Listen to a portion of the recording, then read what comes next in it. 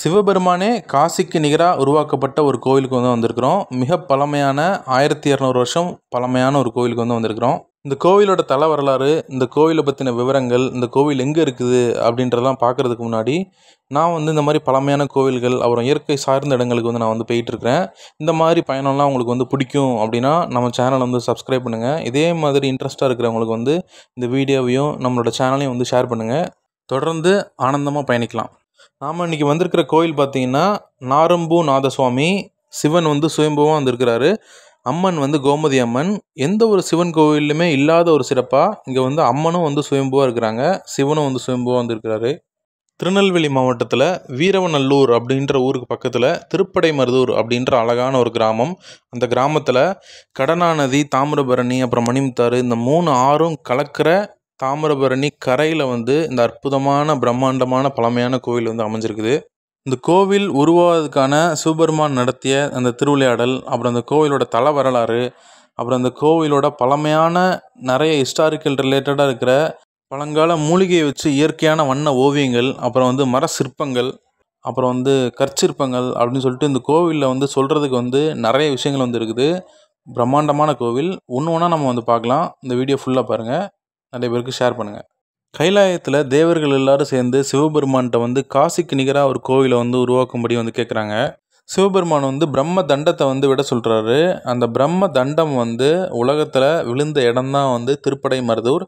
இந்த இடத்துல தான் காசிக்கு நிகரான கோவில் சிவபெருமானோட கட்டளையின்படி கட்டப்பட்டது.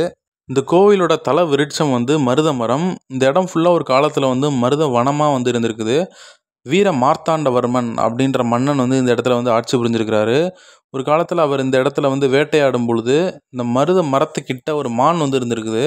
மன்னன் அந்த மானை வேட்டையாடுறதுக்காக அம்பு எய்தினதுனால அந்த அம்பு மான் மேலே பட்டுருச்சு. மான் அந்த மரத்துக்கு பின்னாடி இருக்கிற பொந்தில் போய் ஒளிஞ்சிருச்சு. மன்னன் அந்த மானை பார்க்கறதுக்காக வரும்போது அந்த பொந்துக்குள்ளே பார்த்தா ஒரு சிவலிங்கம் இருந்திருக்குது. அந்த சிவலிங்கம் தான் நாரம்பூ நாதசுவாமியாக மன்னருக்கு காட்சி கொடுத்துருக்கிறாரு. அதனாலேயே மன்னர் இங்கே பிரம்மாண்ட கோவில் எழுப்பியிருக்கிறாரு அப்படின்றது மக்களால் நம்பப்படுது. வீர மார்த்தாண்டவர்மனுக்கான சிலையும் இந்த கோவிலில் நிறுவப்பட்டிருக்கு. இந்த கோவிலில் நம்ம இப்போ பார்த்துட்டு இருக்கிற இந்த படிகள் வழியாக மேலே இருக்கிற விமானங்களையும் கோபுரங்களையும் பக்கத்துலேயே போய் பார்க்கலாம் ஏறி. அதை தான் நம்ம இப்போ போய் பார்க்க போகிறோம். இதுக்கு முன்னாடியே நம்ம பார்த்த மாதிரி காசிக்கு இணையான தலங்கள் அப்படின்றது பஞ்சக்ரோஷ தலங்கள் அப்படின்னு சொல்லுவாங்க. அப்படி 5 தலங்கள் திருநெல்வேலி மாவட்டத்தில் இருக்குது. அப்படி 5 தலங்களில் இந்த கோயிலும் ஒன்று.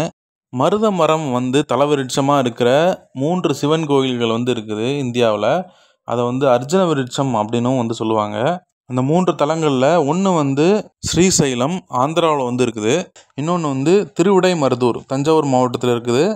இன்னொன்று இப்போ நம்ம இருக்கிற திருப்படைமருதூர் இந்த கோவில் தான். இந்த 3 கோவில்களுமே ரொம்ப முக்கியமான கோவில். இது மட்டும் இல்லாமல் மேலே சொன்ன ஸ்ரீசைலம் அப்புறம் திருவிடைமருதூர் இந்த 2 கோவில்களுக்குமே இல்லாத சிறப்பாக இங்கே இருக்கிற தாமிரபரணி நதிக்கரையில் நீராடிட்டு இங்கே இருக்கிற சிவனை வணங்கணும் அப்படின்னா கங்கையில் நீராடின பலனை விட அதிகமான பலன் கிடைக்கும். மேலே சொன்ன அர்ஜுன விருட்சம் 3 கோவில்களில் கடைசியாக இருக்கிற இந்த திருவிடைமருதூர் கோவிலை வணங்கினாலே மித்த 2 கோவிலோட பலனும் கிடைக்கும் அப்படின்றது மக்களால் நம்பப்படுது. இந்த கோவிலோட ராஜகோபுரம் 5 நிலை ராஜகோபுரத்தில் இருக்கிற ஒவ்வொரு தளத்துலேயும் மர சிற்பக்கூடம், அப்புறம் ஓவியங்கள் அவ்வளோ அற்புதமாக தீட்டிருக்கிறாங்க. இங்கே இருக்கிற சுவர் ஓவியத்தை வச்சு புத்தகமே வெளியிட்டிருக்கிறாங்க. அந்த புக்கு வேணும்னா உங்களுக்கு நான் லிங்க்கில் கொடுக்குறேன். அப்புறம் அந்த டேக்லையும் கொடுக்குறேன். அந்த ஓவியங்கள் எல்லாமே தாவரங்கள் அப்புறம் மூலிகைகளை கொண்டு வரையப்பட்ட ரொம்ப அற்புதமான ஒரு ஓவியம். ராமாயணம், மகாபாரதம், அப்புறம் தாமிரபரணி போர், சிவபுராணம், விஷ்ணு புராணம் அப்படின்ற புராணங்களை பற்றின ஓவியங்கள் எல்லாமே. இப்போ நம்ம வந்திருக்கிற இடம் பார்த்திங்கன்னா கோவிலுக்கு பின்புறம், அதாவது ஆற்றங்கரைக்கு பக்கத்துலேயே இந்த இடத்துல தான் சிவபெருமான் மான் வடிவத்திலிருந்து லிங்க வடிவமாக மாறினார். பக்கத்தில் இந்திர பகவான் வழிபட்ட சிலையை வச்சுருக்கிறாங்க. இந்த கோவிலோட தல வரலாறு நிகழ்ந்த இடம் சிவபெருமான் மான்லேருந்து சுயம்புவாக மாறி இங்கே கோயில் கட்டின ஒரு புண்ணியமான ஒரு இடம். அதுக்கு பின்புறம் தாமிரபரணி ஆறு ஓடிக்கிட்டு இருக்கு. தாமிரபரணி, கடனா நதி, அப்புறம் மணிமுத்தாறு அப்படின்னு சொல்லிட்டு 3 ஆறுகளும் சங்கமிக்கிற ஒரு அற்புதமான ஒரு இடம். தாமிரபரணி புஷ்கரத்தில் இந்த இடத்த ரொம்ப முக்கியமான ஒரு இடமா சொல்லுவாங்க. 3 ஆறு கூடினதுனால 3 ஆறு சங்கமிக்கிற இந்த இடத்துல கங்கையில் நீராடினா என்ன பலனோ அதை விட பல மடங்கு பலன் இந்த இடத்துல கிடைக்கும் அப்படின்றத இங்கே இருக்கிற மக்களும் இங்கே இருக்கிற பக்தர்களும் நம்புகிறாங்க. திருநெல்வேலி வந்தீங்க அப்படின்னா திருநெல்வேலி டு அம்பாசமுத்திரம் போகிற வழியில் வீரவண்ணலூருக்குலேருந்து வந்து இந்த திருப்படைமருதூர் அப்படின்ற அந்த கிராமத்தில் இருக்கிற அற்புதமான கோயிலை வந்து பாருங்கள். நிறைய பேருக்கு இந்த வீடியோ ஷேர் பண்ணுங்கள்.